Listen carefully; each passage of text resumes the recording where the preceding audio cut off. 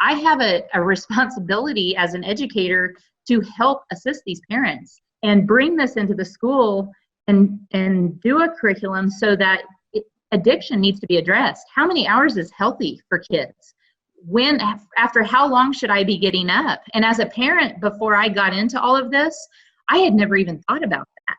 And so how can we blame the kids for having these addictions and not having any boundaries if as parents, we don't set boundaries until after the fact, and now they're playing for 20 hours, and I'm mad, and I say, well, now you can't play for more than an hour a day.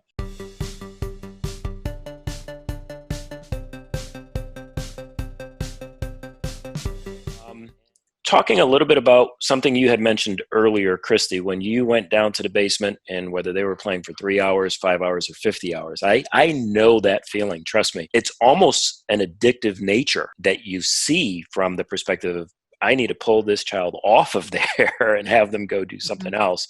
And it's hard to do. For parents that are out there that'll be watching this and look at it as, they have someone that is really heavy into gaming, almost borderline, I'll use the term addictive. Let's talk about that for a second. Many see esports in that vein to a degree.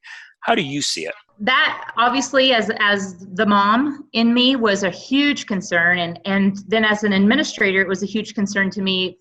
I don't want to make this worse or perpetuate that. And this was like a huge surprise for us, is that we have actually seen video game play at home go down as we have had video games actually in school. The other thing that happened is, I think that someday we're going to look back, and it's actually these things that I'm talking about here is phones, cell phones. Mm-hmm.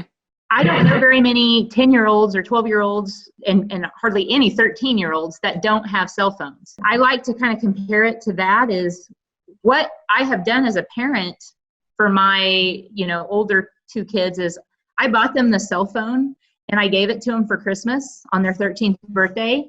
And then, like all parents, I then gave them a 3-hour lesson on, this is how you use it appropriately, and this is the sites that you should be on, and these are the dangers. And we all know that's not true, right. Or at least it wasn't in my family. And I look back on that now and I think, what was I thinking? I truly think that someday we're going to look back and it's going to be like giving kids cigarettes or something, because there is no training involved in the electronics that we give to kids. And so as an educator, I took that and I said, I have a responsibility as an educator to help assist these parents and bring this into the school and do a curriculum so that addiction needs to be addressed. How many hours is healthy for kids? When, after how long should I be getting up? And as a parent, before I got into all of this, I had never even thought about that.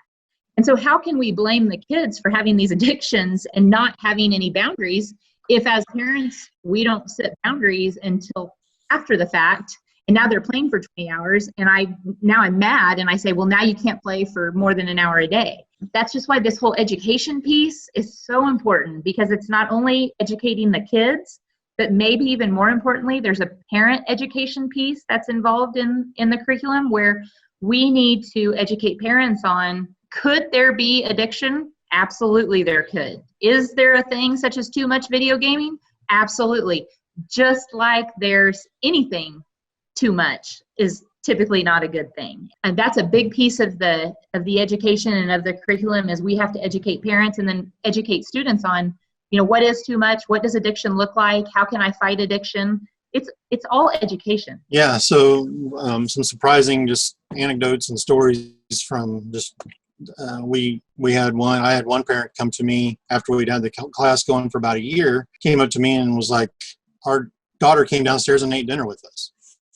Came downstairs, and we that's never happened before. I mean, she just came down to the table and was ready to eat, and we were talking, having a conversation, and after some reflection and talking to the kids a little bit, I think what's going on is, as most gamers will know, a lot of the games are quest oriented, or I got to get these things done today in order to feel like I've gotten my gaming in and I've gotten my accomplishments. So tomorrow, the new things will be there. And what we're finding at school is the kids, by allowing them to integrate the video game into the classroom, they're getting those quests done at school. So they don't have that pressure to, I got to get this thing done tonight when I get home. So now they don't have that on them to where they have to get that done. And so now they're doing other things at night when they go home. So they're talking to their parents, they're going outside, working on schoolwork.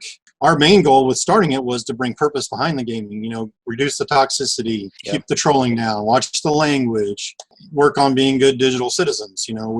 This is a systemic thing, and we're not going to fix it by focusing on 10 kids at a time. We all have to start working on this to make my online interaction better with everyone. Hopefully as esports becomes broader and more people start to grasp onto it, our kids will learn those good habits, the cell phone habits that we didn't train them. We want to create good citizens and create good online behavior so that when they're out in the real world without us watching them, they act properly.